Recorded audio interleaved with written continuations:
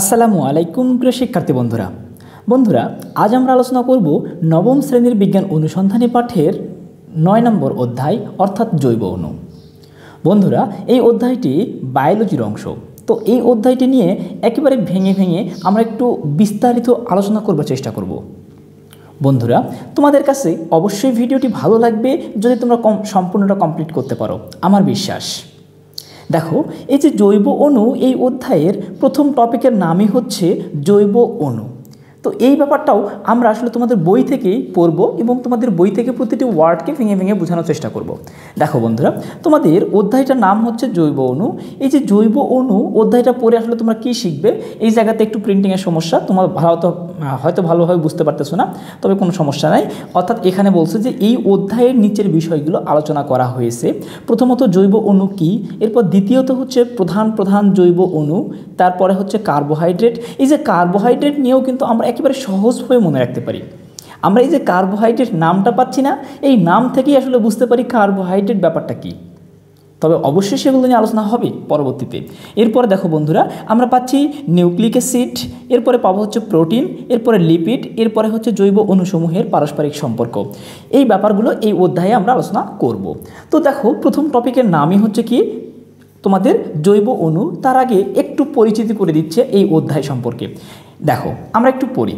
এখানে বলা হয়েছে যে উদ্ভিদ ও প্রাণীর সহাবস্থানে আমাদের এই সুন্দর জীবজগৎ গঠিত।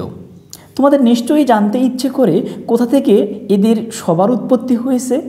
অর্থাৎ এই যে বিশাল সবথেকে সুন্দর প্রাণী জগৎ বা জীবজগৎ, এই জীবজগতের যতগুলো প্রাণী আছে বা উদ্ভিদ আছে তাদের সবাই আসলে কি থেকে উৎপত্তি হয়েছে, কোথা থেকে উৎপত্তি হয়েছে আমাদের সবার কিন্তু জানতে ইচ্ছে করে। সব প্রাণী কি একই জিনিস দিয়ে সৃষ্টি হয়েছে? হ্যাঁ, মনে প্রশ্ন জাগতেই পারে। আসলে পৃথিবীতে যা কিছু আমরা প্রাণী দেখতে পাই সবগুলো প্রাণী কি একই জিনিস দিয়ে তৈরি হয়েছে? যেমন বলা হচ্ছে যে মানুষ তৈরি হয়েছে কি দিয়ে? মাটি দিয়ে। এখন মাটির কিছু উপাদান আছে, সেগুলো আমরা পরবর্তীতে জানবো অবশ্য। কিন্তু আসলে সব প্রাণীর ক্ষেত্রে কি আসলে এমন ব্যাপারটা যে তারা কিছু প্রোটিন, তারা কিছু নিউক্লিক অ্যাসিড, এরপর কার্বোহাইড্রেট, এগুলো সমন্বয়ে গঠিত হয়েছে? ব্যাপারটা কিন্তু এরকম না। সব প্রাণীর ক্ষেত্রে ব্যাপারটা কিন্তু একরকম না। দেখো সব প্রাণী কি একই জিনিস দিয়ে সৃষ্টি কিংবা উদ্ভিদ আর প্রাণীর মধ্যে কোনো উৎপত্তিগত পার্থক্য রয়েছে? অর্থাৎ উদ্ভিদ এবং প্রাণীর মধ্যে আসলে কোনো উৎপত্তিগত পার্থক্য আছে কি না আমাদের মনে প্রশ্ন জাগতেই পারে। আবার মানুষ সবুজ শাকসবজি খেতে পারে। ইম্পর্টেন্ট একটা কথা বলছে, মানুষ কী পাতে? সবুজ শাকসবজি খেতে পারে। অথচ এই সবুজ শাকসবজি আমরা খেলেও ঘাস কিন্তু সবুজ শাকসবজির মধ্যেই পড়ে, কিন্তু আমরা ঘাস হজম করতে পারি না। দেখো এখানে কি বলছে যে মানুষ সবুজ শাকসবজি খেতে পারে কিন্তু ঘাস হজম করতে পারে না। আমরা কিন্তু ঘাস খেলে আমরা হজম করতে পারবো না। এখন মনে প্রশ্ন কিন্তু জাগতেই পারে, আচ্ছা কেন পারবো না? ঘাসও তো সবুজ, আমরা সবুজ শাকসবজি খাচ্ছি এবং সেগুলো আমাদের অনেক উপকারী, অনেক তোমার হচ্ছে বিশেষ করে পাকস্থলীর জন্য অনেক বেশি উপকারী, অথচ আমরা ঘাস আবার হজম করতেই পারি না। এই ব্যাপারটা কি মনে প্রশ্ন জাগে না? হ্যাঁ, অবশ্যই জাগে। অথচ গরুর প্রধান খাদ্যই হচ্ছে ঘাস, অর্থাৎ গরু প্রধান খাদ্য হচ্ছে কি? ঘাস।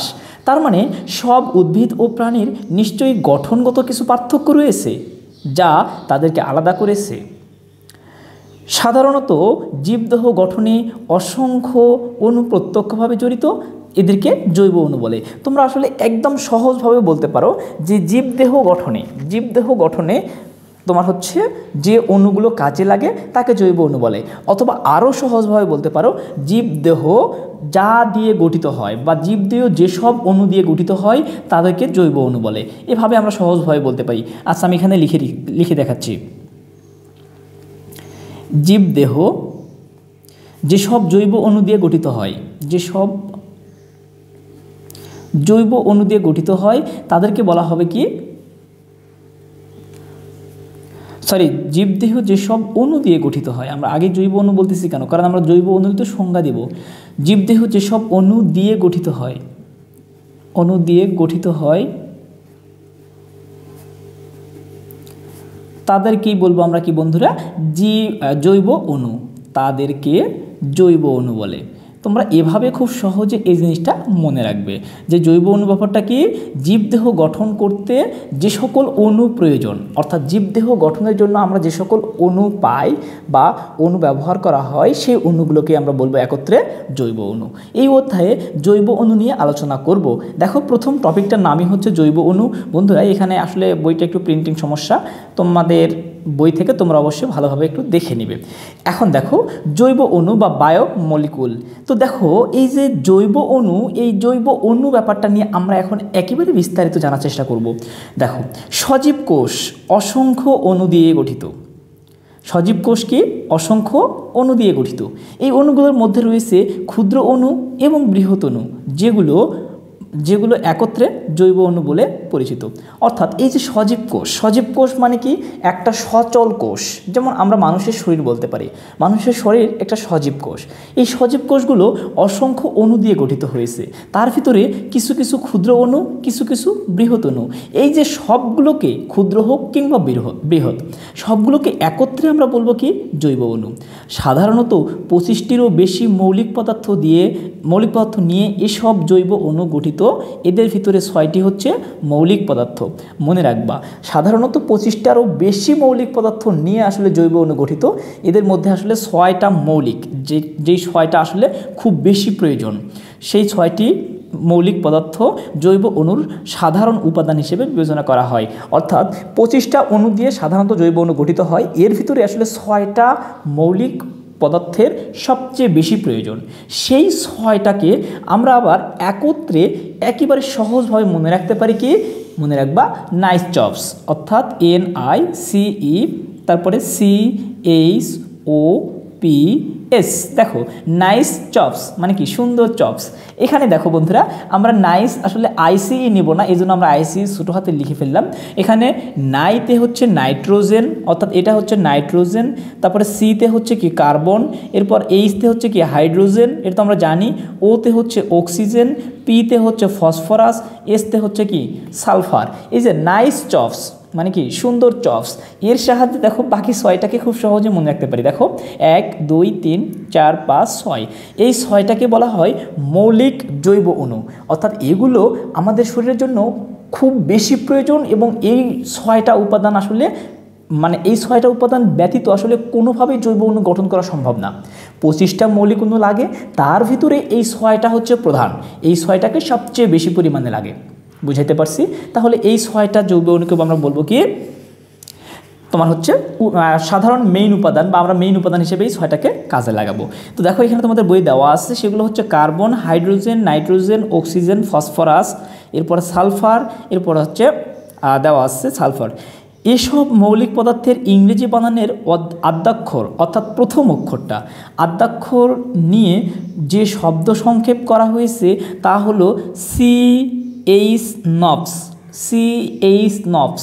তোমরা চাইলে এভাবেও মনে রাখতে পারো যে CH-NOPS, অথবা আমি তোমাদেরকে বলবো নাইসচপস। এটা দিয়ে সহজে মনে রাখবা নাইসচপস।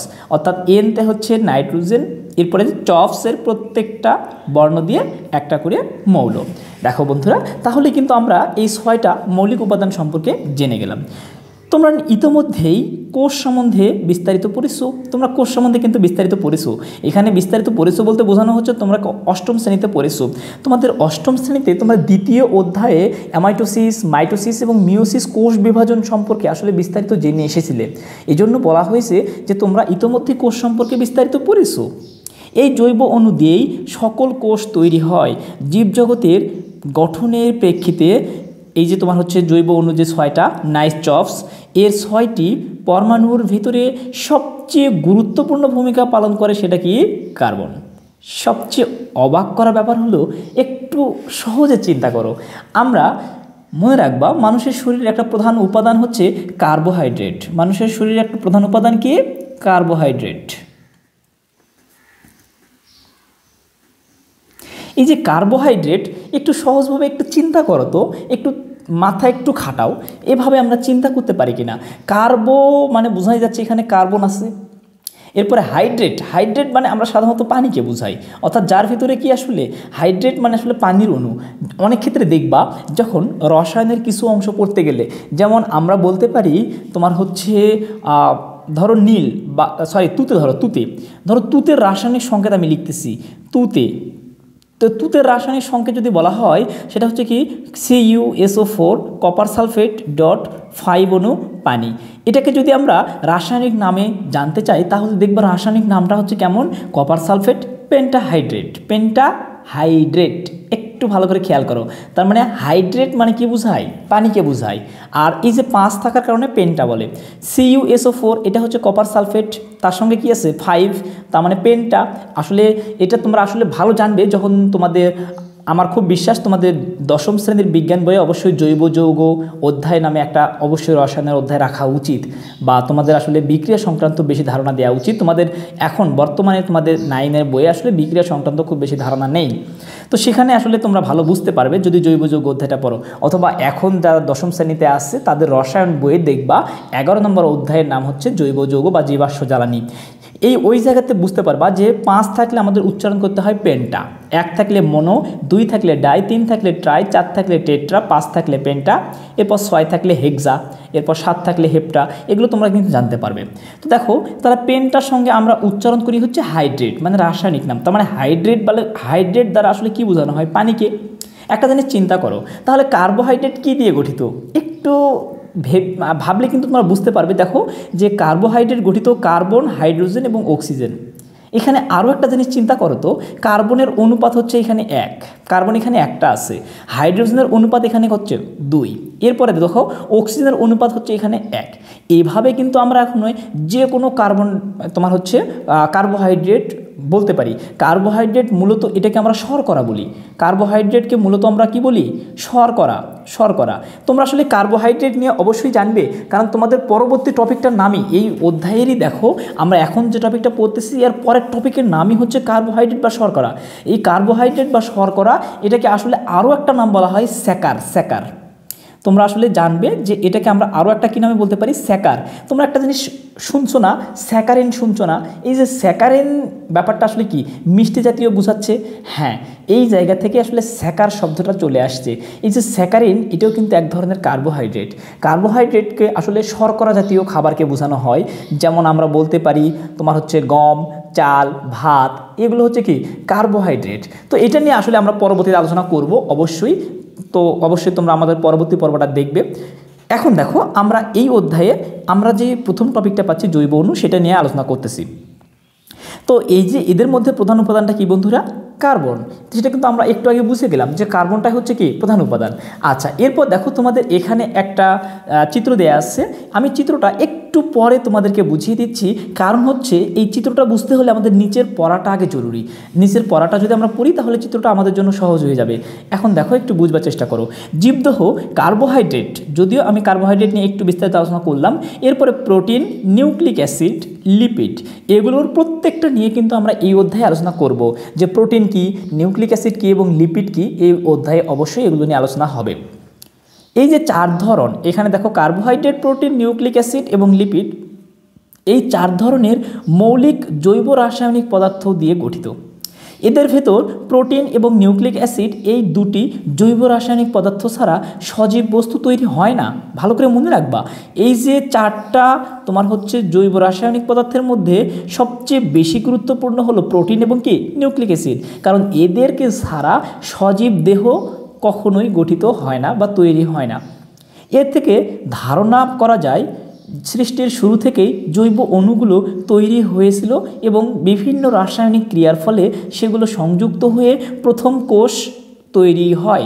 মানুষের শরীরের প্রথম কোষ, আমরা যেটাকে ভ্রূণ বলতে পারি, এই ভ্রূণটাও গঠিত হয় কিন্তু এই যে প্রোটিন এবং নিউক্লিক অ্যাসিডের সমন্বয়ে। তোমরা আসলে এটা নিয়ে অবশ্যই বিস্তারিত জানতে পারবে এই অধ্যায়ে। বিজ্ঞানীরা ধারণা করেন যে বজ্রপাত অথবা ঘন ঘন বৈদ্যুতিক ঝড়, বজ্রপাত হতে পারে অথবা ঘন ঘন কি বৈদ্যুতিক ঝড় হতে পারে। এটা নিয়ে কিন্তু আমরা এই যে চিত্রের মধ্যে আছে, আমরা একটু পরে বুঝিয়ে দিচ্ছি। দেখো বজ্রপাত অথবা ঘন ঘন ঝড় এবং শক্তিশালী সৌর বিকিরণ ইত্যাদি কোনো রাসায়নিক বিক্রিয়াকে ত্বরান্বিত করে মানে তাড়িত করে বা বিক্রিয়াটা সম্পন্ন করার জন্য তাদেরকে উৎসাহ দেয়, এরকম ব্যাপারটা ত্বরান্বিত করে, যার ফলে আদি পৃথিবীতে অজৈব অণু থেকে এই জৈব অণুগুলো তৈরি হয়েছিল। প্রথমত অজৈব অণু থেকেই কিন্তু আসলে জৈব অণু তৈরি হয়েছিল। এখন তোমাদের মনে প্রশ্ন জাগতে পারে যে ভাইয়া আসলে অজৈব অণুগুলো কি? মনে রাখবা সহজ টেকনিক হচ্ছে কার্বন ছাড়া অণুকে অজৈব অণু বলবো। কার্বন ছাড়া অণুই অজৈব অণু। এখন দেখো তোমাদের একটা সহজ টেকনিক কিন্তু এটা, যে কার্বন ছাড়া যে অণুগুলো থাকবে তারাই অজৈব অণু। ব্যতিক্রম হচ্ছে আমরা বলতে পারি কিছু ব্যতিক্রম আছে আসলে। ধরো আমরা একটা বললাম মিথেনও একটা কিন্তু অজৈব অণু, কিন্তু মিথেনে কিন্তু কি আছে? কার্বন আছে। মনে রাখবা যে মিথেনে কার্বন থাকা সত্ত্বেও মিথেন একটা অজৈব অণু। এছাড়া তোমাদেরকে এর বাইরে সাধারণত আর কিছু জানতে হবে না। সহজভাবে মনে রাখবা যে কার্বন ছাড়া যে সকল অণু আছে তাদের সবাই কি অজৈব অণু। যেহেতু তোমাদের ছোট ক্লাসের জন্য এই ধারণাটাই যথেষ্ট। এরপরে মনে রাখবা যে মিথেনও একটা অজৈব অণু, কিন্তু কার্বন আছে, অর্থাৎ কার্বন থাকা সত্ত্বেও মিথেন একটা অজৈব অণু। আর সহজ টেকনিক কি? কার্বন ছাড়া যতগুলো অণু পাবো তার সবগুলোই হচ্ছে কি অজৈব অণু। এই যে অজৈব অণু থেকেই আসলে ঘন ঘন বজ্রপাতের ফলে সেখান থেকে আসলে জৈব অণু তৈরি হয় বা তৈরি করা সম্ভব। এই ধারণাকে প্রমাণ করার লক্ষ্যে 1953 সালে বিজ্ঞানী স্ট্যানলি মিলার এবং হ্যারল্ড উরে, এই যে দুইজন বিজ্ঞানীর নাম একটু ভালোভাবে মনে রাখবা, স্ট্যানলি মিলার এবং কি হ্যারল্ড উরে।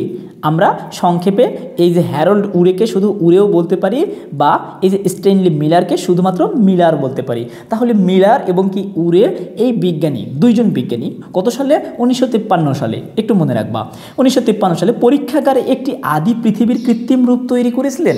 আদি পৃথিবী অর্থাৎ পৃথিবীর যখন শুরু হয়েছিল, পৃথিবীর শুরুতে পৃথিবীটা যেমন ছিল এরকম একটা পৃথিবীর আদি একটা রূপ তারা তৈরি করেছিল, যেখানে পুরোপুরি আবদ্ধ একটি সিস্টেমে প্রাচীন পৃথিবীতে যেসব উপাদান ছিল, অর্থাৎ সেকালে প্রাচীন পৃথিবীতে যে সকল উপাদান ছিল সেই উপাদানগুলো যেমন কি নেওয়া হয়েছে?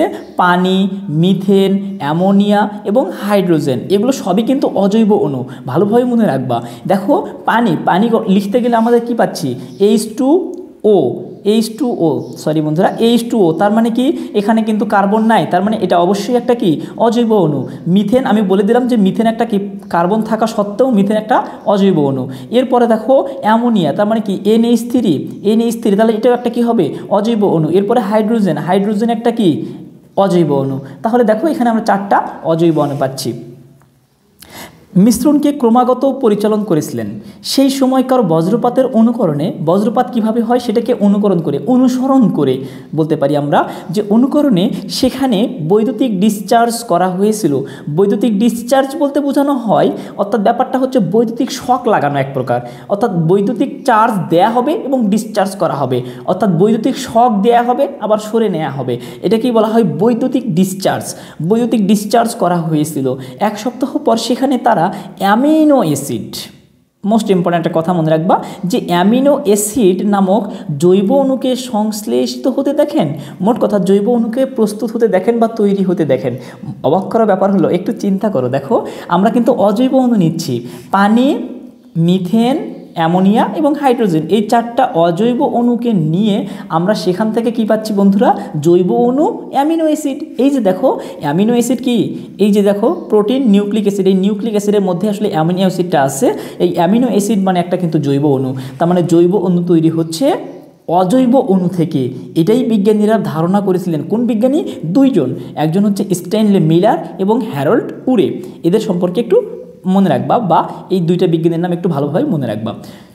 আচ্ছা, অর্থাৎ তারা প্রমাণ করেন প্রাকৃতিক পরিবেশে অজৈব অণু থেকে, যেটা আমি বলে দিলাম যে অজৈব অণু থেকে জৈব অণু তৈরি করা সম্ভব। এখন দেখো তোমরা আসলে চিত্রটাকে খুব সহজে বুঝতে পারবে আমার বিশ্বাস। একটু খেয়াল করো, এই যে এখানে এমন একটা সিস্টেম তৈরি করা আছে, এটা সম্পূর্ণ একটা আবদ্ধ সিস্টেম, অর্থাৎ বাহিরে থেকে এখানে কোনোভাবেই হাওয়া বাতাস প্রবেশ করার মতো না। এখানে কীরকম সিস্টেম আছে? এই জায়গাতে দেখো, এই জায়গাতে তোমার হচ্ছে এখানে একটা গোলাকার পাত্র রাখা আছে, যে গোলাকার পাত্রে কি রাখা আছে বন্ধুরা? পানি রাখা আছে। আর পানির নিচে একটা ল্যাম্প রাখা আছে, যে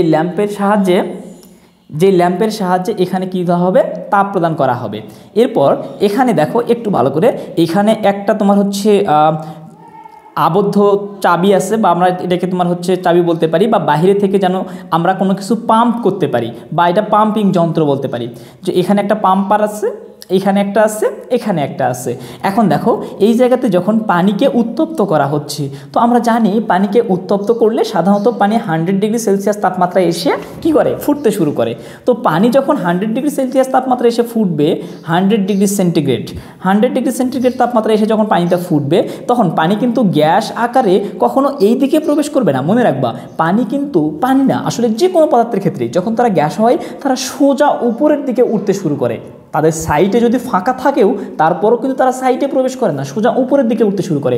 এই জন্য দেখো এই পানিটা যখন এখানে ফুটে যাবে, তখন কিন্তু এটা এই দিক দিয়ে চলে আসবে না, এই পথে কিন্তু আসবে না, না এসে উপরের দিকে চলে যাবে। তার মানে উপরের পথে কি যাওয়া শুরু করবে, উপরের পথে। এই যে দেখো সঞ্চালনের দিক এখানে লিখে দিয়েছে, এই পথে এই পথে এই পথে, এই যে এভাবে এই যে পথে আসতেছে, এটা কি আসলে জলীয় বাষ্প না? তো জলীয় বাষ্প মানে এটা কি, আমরা এক প্রকার কি পানি বলতে পারি, কারণ জলীয় বাষ্পটাও কি পানি। এই পানিটা এই যে পথে, অর্থাৎ বাষ্পটা এই পথে এই পথে, এই যে এখানে আরেকটা গোলাকার পাত্র থাকবে, এইখানে এসে চলে আসবে। তো এই পাত্রে চলে আসলে এই পাত্রে আমাদের কী কী কাজ আছে দেখো। এই পাত্রে আমাদের 4টা অজৈব অণু নেওয়া হয়েছে, যেটা আমরা আগেই পড়লাম। কি কি? পানি, মিথেন, অ্যামোনিয়া, হাইড্রোজেন। এই 4টা কী ছিল? অজৈব অণু। এই 4টা কি বন্ধুরা? অজৈব অণু। অজৈব অণু, এই যে 4টি অজৈব অণু থেকে এই 4টা অজৈব অণুকে এখানে নেওয়া হয়েছে, এবং এখানে বৈদ্যুতিক ডিসচার্জ করা হচ্ছিল।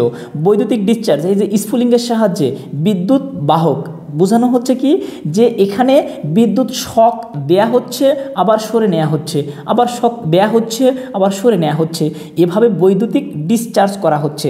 এখন একটা জিনিস চিন্তা করো, বৈদ্যুতিক শক খাওয়ার সঙ্গে সঙ্গে সবগুলো অণুকে ছুটোছুটি করবে না? এখানে যতগুলো অণু আছে সব অণু একত্রে মিশ্রিত হয়ে যাবে। একদম ছুটোছুটি করতে গিয়ে তারা কি একত্রে মিশ্রিত হয়ে যাবে। আর একত্রে মিশ্রিত হয়ে যাওয়ার পরে তাদের সঙ্গে এই যে জলীয় বাষ্প আছে না, এই জলীয় বাষ্পটাও কি তাদের সঙ্গে মিশ্রিত হবে। তার মানে পানি অর্থাৎ জলীয় বাষ্প, তারপরে হচ্ছে কি মিথেন গ্যাস, অ্যামোনিয়া গ্যাস এবং হাইড্রোজেন সবাই কি একত্রে মিশ্রিত হবে, এবং সে মিশ্রিত হয়ে যাওয়ার পরে তারা একটা মিশ্রিত গ্যাসে পরিণত করবে। সবগুলোর মিশ্রণে একটা মিশ্রিত গ্যাসের উৎপাদন করবে বা উৎপন্ন করবে। সেই গ্যাসটা আবার নিচের দিকে এসে কি করতেছে, এই যে দেখো শীতলীকরণ ব্যবস্থা, অর্থাৎ এই জায়গাতে যে একটা যন্ত্র লাগানো আছে সে কি করবে, শীতলীকরণ করবে, বা আমরা আসলে ঠান্ডা বলতে পারি, বা ঠান্ডা করবে। তাহলে একটা জিনিস চিন্তা করতো বন্ধুরা, আমরা এই যে যেহেতু এখানে জলীয় বাষ্প সহ মিশ্রিত পাচ্ছি, এই মিশ্রণটাকে এটাকে আমরা অ্যাকুয়াস বলতে পারি বা জলীয় দ্রবণ বলতে পারি। যে পানির দ্রবণ এটা হচ্ছে কি অ্যাকুয়াস বা জলীয় দ্রবণ। তাহলে এই জলীয় দ্রবণটা যখন এর ভিতরে চলে আসবে তখন সেটা ঠান্ডা হয়ে যাবে, আর ঠান্ডা হলে কি হবে, আবার তরলে পরিণত হবে। এই যে দেখো পাশে কিন্তু এখান থেকে আবারও চলে আসতেছে কি, এই যে ঠান্ডা পানি, এই যে ঠান্ডা পানি। এই ঠান্ডা পানিটা বিজ্ঞানীরা কি করলেন, বিজ্ঞানী স্ট্যানলি মিলার এবং হ্যারল্ড উরে কি করলেন, 1 সপ্তাহ পরে এই যে ঠান্ডা পানিটা 1 সপ্তাহ ধরে একইভাবে কার্যক্রম চালালেন। একইভাবে কার্যক্রম চালানোর পরে 1 সপ্তাহ পরে দেখলেন এই যে ঠান্ডা পানিটা এখানে আমরা পেলাম, এখানে ঠান্ডা পানি বলতে কি কি মিশ্রিত পেলাম, এই যে তোমার হচ্ছে পানি, মিথেন, অ্যামোনিয়া এবং হাইড্রোজেন মিশ্রিত যে ঠান্ডা পানিটা আমরা পেলাম, এই পানি থেকেই আসলে অ্যামিনো অ্যাসিড উৎপন্ন হয়েছে। এই পানি থেকে কি উৎপন্ন হয়েছে বন্ধুরা, অ্যামিনো অ্যাসিড। এই পানি থেকেই আসলে উৎপন্ন হয়েছে অ্যামিনো অ্যাসিড। এই যে দেখো অ্যামিনো অ্যাসিডটা একটা কি জৈব অণু, এটাই কিন্তু এখানে বলা হয়েছে। তাহলে এই যে সম্পূর্ণ পরীক্ষা সিস্টেমটা তোমরা নিশ্চয়ই বুঝে গিয়েছো। এরপরে দেখো তোমাদের পরবর্তী পৃষ্ঠায় বলা হচ্ছে, এখানে কিছু চিত্র দেওয়া আছে, লিপিডের চিত্র দেওয়া আছে, নিউক্লিক অ্যাসিডের চিত্র দেওয়া আছে, কার্বোহাইড্রেট এবং প্রোটিনের চিত্র দেওয়া আছে। এগুলো নিয়ে আমরা অবশ্যই বিস্তারিত জানবো এই অধ্যায়ে। তোমরা অবশ্যই আমাদের পরবর্তী ভিডিওগুলো কন্টিনিউ করবে। আচ্ছা, আর পরবর্তী ভিডিওগুলো পেতে হলে অবশ্যই কিন্তু আমার চ্যানেলটিকে সাবস্ক্রাইব করে বেল নোটিফিকেশন অন করে রাখতে হবে। আর তোমাদের কাছে যদি এই ক্লাসটা ভালো লেগে থাকে তাহলে বন্ধুদের মাঝে কিন্তু শেয়ার করে দিতে ভুলবে না। এখন দেখো, জীবদেহের মূল উপাদান কার্বোহাইড্রেট, যেটা আমরা কার্বোহাইড্রেট সংক্রান্ত একটুখানি হিন্টস তোমাদেরকে দিলাম, যদিও এটা নিয়ে আমরা পরবর্তীতে আলোচনা করব। এরপরে প্রোটিন, নিউক্লিক অ্যাসিড এবং লিপিড, এগুলো হচ্ছে কি জীবদেহের মূল উপাদান। যে জৈব রাসায়নিক পদার্থ দিয়ে তৈরি হয় তাদেরকে কোষের জীবজ পলিমার বলে। এই যে পলিমার কথাটা চলে আসছে না, এই পলিমার তোমরা একটু সহজভাবে মনে রাখবা। এই পলিমারটাও আসলে রসায়নের তোমার একটা শব্দ, রসায়নের শব্দ। পলিমার বলা হয় অসংখ্য মনোমার। মনোমার মানে ক্ষুদ্র ক্ষুদ্র অণু। তোমাদেরকে মনে রাখতে হবে ক্ষুদ্র ক্ষুদ্র অণুগুলোকে বলা হয় মনোমার। অসংখ্য মনোমার একত্রে যুক্ত হয়ে, তাহলে আমরা কি বলতে পারি, অসংখ্য ক্ষুদ্র ক্ষুদ্র অণু একত্রে যুক্ত হয়ে যে বৃহৎ অণু সৃষ্টি করে, যে বৃহৎ অণুর সৃষ্টি করে, সেই বৃহৎ অণুটাকে বলা হয় কি, পলিমার। বুঝাইতে পারছি? এটা নিয়ে আমরা পরবর্তীতে জানবো অবশ্যই, যে অসংখ্য ক্ষুদ্র ক্ষুদ্র অণু একত্রে যুক্ত হয়ে যে বৃহৎ অণুর সৃষ্টি করে সেটাকেই বলা হয় পলিমার। পলিমারকরণ বিক্রিয়া যখন আমরা পাবো, আসলে এগুলা রসায়নের একটা তোমার হচ্ছে টপিক, পলিমারকরণ বিক্রিয়া, যেমন আমরা পলিথিন পড়ি, এই যে পলিথিনের কিন্তু একটা পলিমারকরণ বিক্রিয়া, এগুলো নিয়ে তোমরা আসলে অবশ্যই জানবে। আমার বিশ্বাস তোমাদের যেহেতু নবম শ্রেণীতে দেয়া নাই, অবশ্যই তোমাদের দশম শ্রেণীর কারিকুলামে দেয়া থাকবে আশা করা যায়। যেমন কার্বোহাইড্রেটের, সরল সুগারের, প্রোটিন, অ্যামিনো অ্যাসিডের, নিউক্লিক অ্যাসিড এবং মনোনিউক্লিওটাইডের এবং লিপিড, ফ্যাটি অ্যাসিডের জীবজ পলিমার। এখানে কোনটা কার জীবজ পলিমার সেটা এখানে বুঝিয়ে দিয়েছে। দেখো, সরল সুগারের, প্রোটিন, অ্যামিনো অ্যাসিডের, তারপরে হচ্ছে প্রোটিন হচ্ছে, এখানে দেখো বলছে যে কার্বোহাইড্রেট হলো সরল সুগারের পলিমার, অর্থাৎ কার্বোহাইড্রেট একটা পলিমার, সরল সুগারের পলিমার হচ্ছে কার্বোহাইড্রেট। এরপরে হচ্ছে অ্যামিনো অ্যাসিড, এই যে প্রোটিন হচ্ছে কি, অ্যামিনো অ্যাসিডের একটা পলিমার, অ্যামিনো অ্যাসিডের পলিমার হচ্ছে প্রোটিন। এরপরে মনোনিউক্লিওটাইডের একটা পলিমার হচ্ছে নিউক্লিক অ্যাসিড। এগুলো খুবই ভালোভাবে মনে রাখবা যে কে কার পলিমার। মনোনিউক্লিওটাইডের পলিমার হচ্ছে কি, নিউক্লিক অ্যাসিড, এবং ফ্যাটি অ্যাসিডের পলিমার হচ্ছে লিপিড। খুবই ভালো করে মনে রাখবে এই চারটা জিনিস। এবং কি, জীবজ পলিমার, তার সঙ্গে কি, অ্যাসিডের জীবজ পলিমার এখানে বলে দিচ্ছে। এই অধ্যায়ে আমরা এই 4 ধরনের জৈব অণু সম্পর্কে আলোচনা করব। হ্যাঁ, অবশ্যই আমরা আলোচনা করব, তবে আজকের পর্বে আমরা এই পর্যন্তই আলোচনা করব। তো বন্ধুরা, তোমাদের পরবর্তী পর্ব অবশ্যই তোমরা দেখবে, কারণ পরবর্তী পর্ব না দেখলে আসলে এই অধ্যায়ের কিছুই তোমরা বুঝবে না, কারণ এখানে আমরা শুধুমাত্র জৈব অণু সংক্রান্ত একটু হিন্টস তোমাদেরকে দিলাম। তো বন্ধুরা, তোমাদের পরবর্তী পর্বটা নিশ্চয়ই দেখবে, সেই পর্ব দেখার তোমাদের জন্য আমন্ত্রণ রইল। আজকের এই পর্বটি তোমাদের কাছে কেমন লাগলো সেটি অবশ্যই তোমরা কমেন্টসে জানিও। ধন্যবাদ।